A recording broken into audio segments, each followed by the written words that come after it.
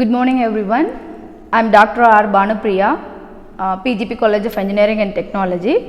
Today we are going to see the topic of errors in measurements from first unit of measurement and instrumentation subject, right. So before enter into the topic, we should know what is errors.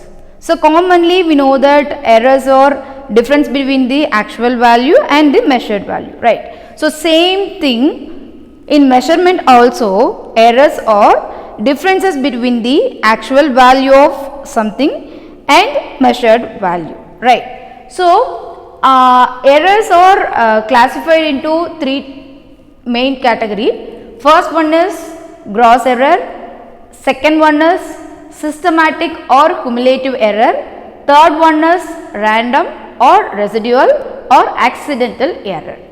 So in these three, systematic error again furtherly classified into three types. One is instrumental, another one is environmental, and third one is observational. Okay, so first one, gross error. So gross errors mainly occur due to carelessness or lack of experience of a human being. So these errors also occur due to incorrect adjustment of instruments. So it can't be treated mathematically. That's why it is called as personal error. Okay. So this is the cause of gross error, and now we should know how to minimize the gross error, right. So the complete elimination of gross error is not possible, but one can minimize by the following ways. So there are taking great care while taking the reading, recording, and the calculating the result. Without depending on only one reading, at least we can take 3 or more reading is a preferable, right. So by using these ways we can minimize the gross error. Okay. The second one is systematic error. So already we know that systematic error furtherly classified into three types: instrumental error, environmental error, and observational error. So first we should know what is systematic error. Yes, so first, systematic error is a constant uniform deviation of the operation of an instrument is known as systematic error. So it is mainly occur due to the shortcoming of instrument and the characteristics of the material what we used in the instrument. So for example, defective, aging effect, or environmental effects, and etc., right. So we know that we have three types. First one, we are going for instrumental error.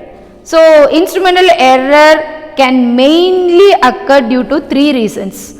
One is shortcoming of instruments and misuse of instruments, and third one is loading effect. So these three, we have to minimize these three. This is the main reason to occur the instrumental error. If we want to reduce, the instrumental error, we have to take care of these three things, right. So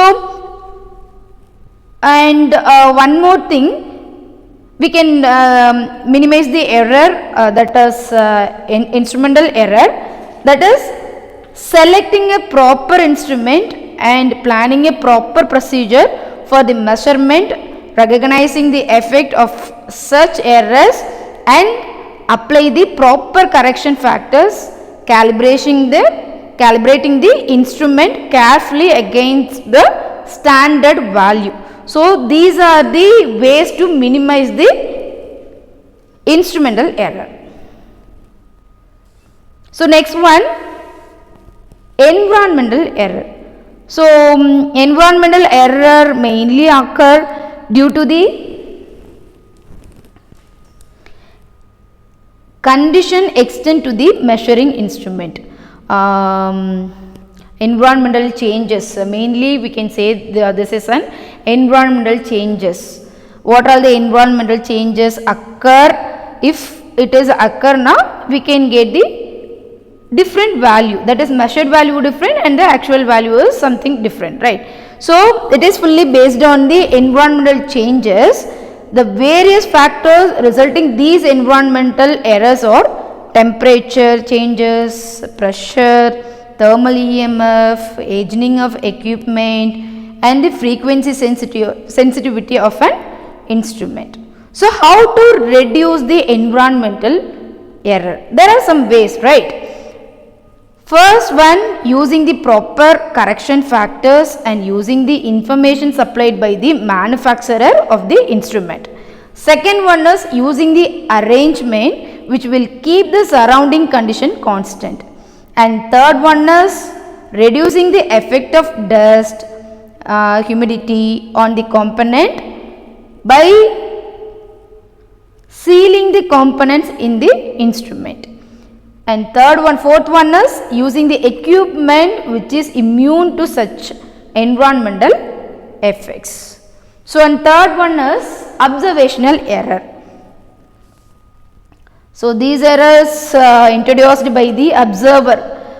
These are many sources of observational error, such as parallax error while reading a meter, wrong scale selection, etc. So, how to minimize the observational error? In the sense, to eliminate such error, one should use the instrument with mirrors, knife edges, pointer, etc. The systematic error can be subdivided as static and dynamic errors. The static errors are caused by the limitation of the measuring devices and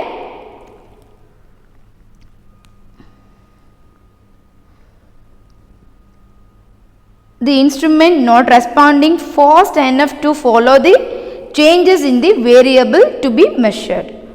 So, third one is so these are the systematic error, instrumental error, we know that, and it's a loading effect, misuse and shortcoming in the instrument. And environmental, it's absolutely depends on the environmental changes. Observational error is a purely depends on the human errors, observing error. And next one is residual error or random error. So, some errors still result though the systematic and instrumental errors are reduced or at least accounted for. The cause of such errors are unknown and hence the errors are called as random error. That is, it's purely we know that it is the unknown error. Residual error is an unknown error.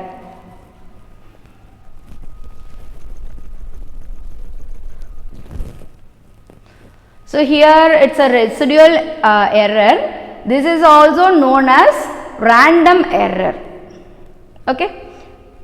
So, how to minimize? The way we minimize the random error or residual error is, the only way to reduce these error is by increasing the number of observations and using the statistical method to obtain the best approximation of the reading value. So, these are the errors in measurement, and we know how to we have learned how to reduce or minimize the errors. Thank you.